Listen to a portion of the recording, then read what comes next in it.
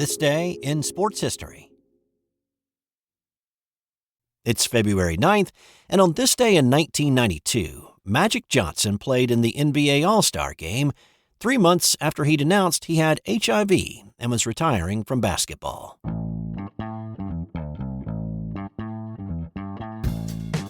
Magic's shocking announcement on November 7, 1991, that he had HIV, the virus that causes AIDS, and was retiring from basketball left the league with a gaping void. He was the engine that powered the Showtime Lakers, and he had a personality to carry the league on his shoulders. Sure, there was Bird and Jordan and Barkley, and Kareem was still around with the Lakers, but the 32-year-old Johnson was a one-of-a-kind player whose departure from the game felt more like death than retirement. And it was a scary time. We were all still learning about this horrible disease, and there was fear and misunderstanding because we just didn't have enough info yet. Magic was the first real face of the disease. NBA fans never lost their love for Magic, though, and despite not playing a single minute during the 91-92 season, those fans voted him to play in the All-Star Game. Magic also thought it was important for him to play, not for himself really, but for others.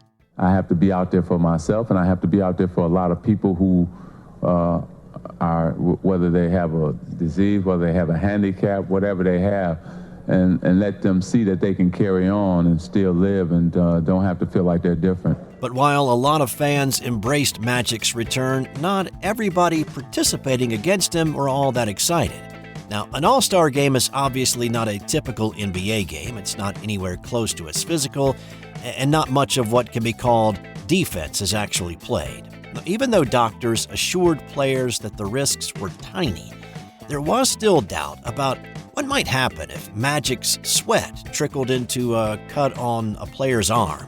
There wasn't anything publicly said in deference to Magic, but there were a lot of whispers and private conversations. His good friend Isaiah Thomas supported Magic's return. I don't think anybody should be insulted by people asking those questions or having those questions. The worst thing that can happen is people go around whispering it. But when you ask those questions and the medical people come out and they answer those questions, then hey, let the guy play, let's get out here and have some fun and let the fans see what they want to see. So on this day, Magic was in the starting lineup as voted on by the fans. And even though he had not played a competitive game in about 8 months, he gave the fans what they wanted to see and came out firing, scoring 8 in the first 5 minutes of the game. And with the thought that this might be his last game, he went out in a blaze of glory. Magic got his three. For that moment to shoot the three. 19 for Johnson, his first points of the second half. PGA three-point marks, most attempts, most made. Johnson, 2 in a row for Magic. He's going for the MVP. 6-5, three-pointer. Yes! Oh, my!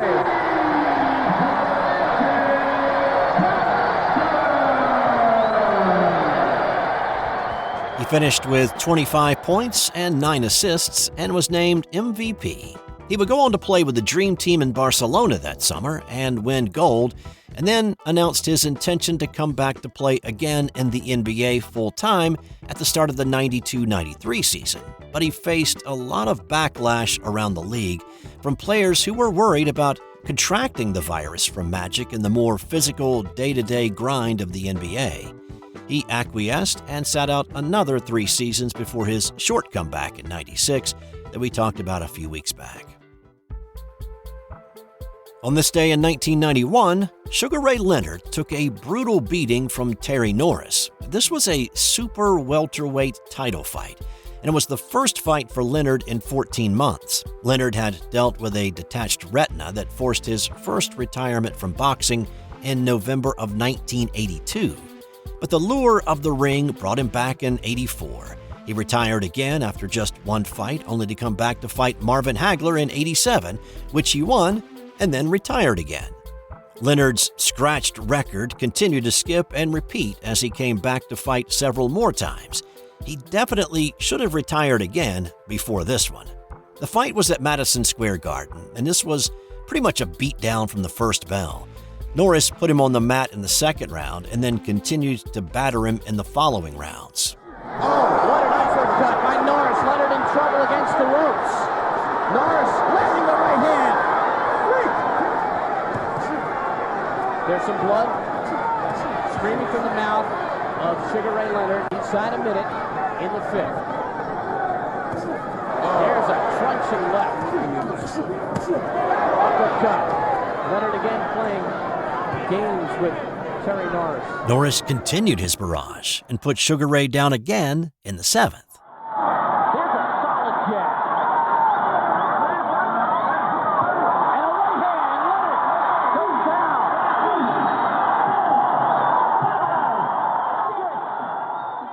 The fight went the full 12 rounds, with Norris winning a unanimous decision.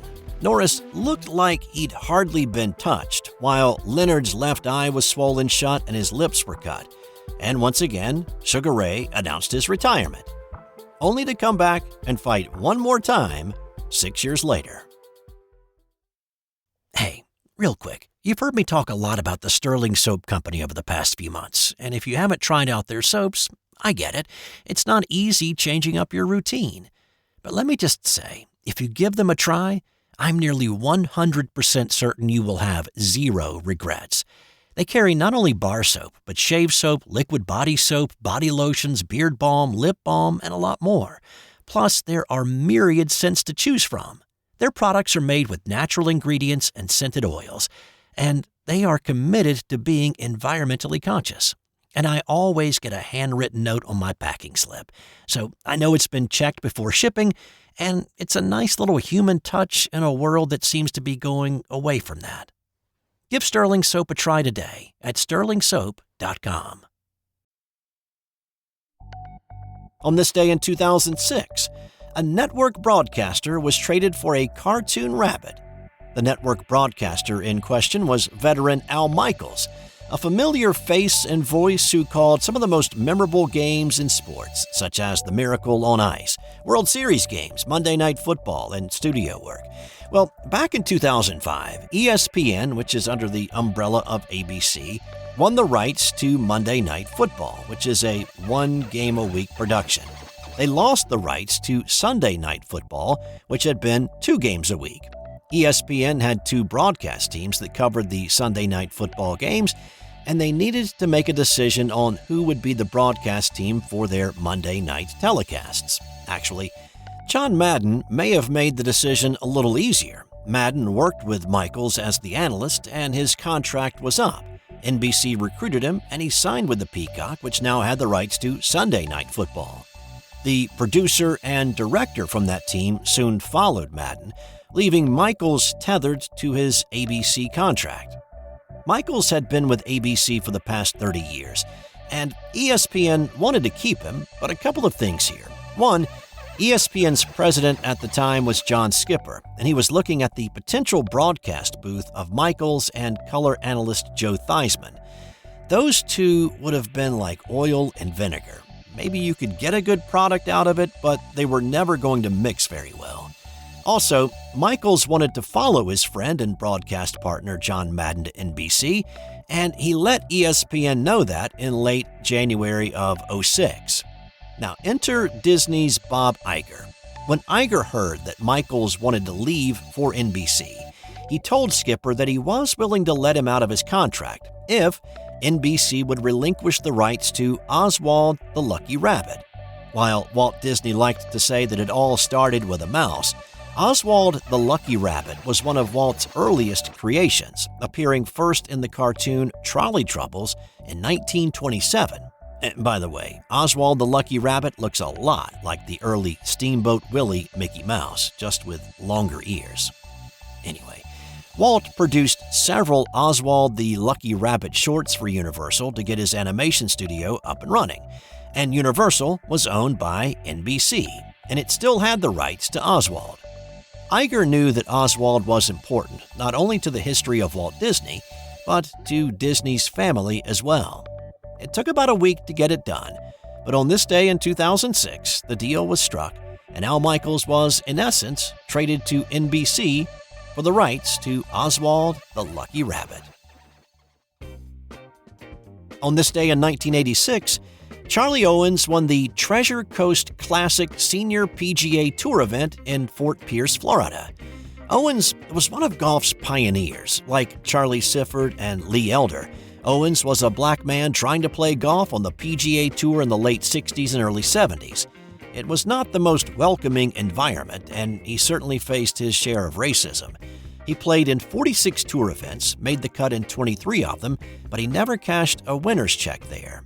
By 86, he'd joined Arnold Palmer, Chichi Rodriguez, and others on the Senior PGA Tour, and on this day, Owens won his first Senior PGA Tour event, and he did it using an anchored putter, the first time it had been used to win an event. Owens had designed the 52-inch putter and had a machinist build it for him. On the green, he anchored the butt end to his sternum, and he rolled in putt after putt with it. He beat Elder and Don January by 3 shots. And people started to take notice. More and more players started giving these funky-looking putters a try. And Owens actually won a second time a month later. Also on this day, in 1920, Major League Baseball set rules in place to banish the spitball and other methods used by pitchers to doctor baseballs. What happened on this day was a compromise between owners who did not think that their pitchers could win games without putting a little something extra on the ball, and others who wanted to sanitize the game and produce more excitement. The league allowed 17 veteran pitchers to be grandfathered in as spitballers, and they could throw the pitch legally. No new players would be added to that list, and then once the 17 players grandfathered in left baseball, the spitball, shine ball, Vaseline ball, snot ball, or any other substance on the ball would be illegal. It would be another 14 years until the spitball would become completely illegal, with the last legal spitball pitcher Burley Grimes retiring at the age of 41 in 1934. And time now for today's That's Got Nothing to Do with Sports fun fact. Do you remember the 2004 movie Sideways about 2 dudes played by Paul Giamatti and Thomas Hayden Church who travel through California wine country? Well, a line in that movie changed the wine industry. Giamatti's character goes on a rant prior to a double date about his distaste for Merlot and his love for Pinot Noir. Well, after the movie came out, sales of Merlot dropped. A study conducted in 2009 showed a 2% drop in Merlot sales between 2005 and 2008, while Pinot Noir sales increased 16%. And that effect still continues to this day. Since the movie was released, Pinot Noir production has increased 170%, while overall wine production has only increased about 8%.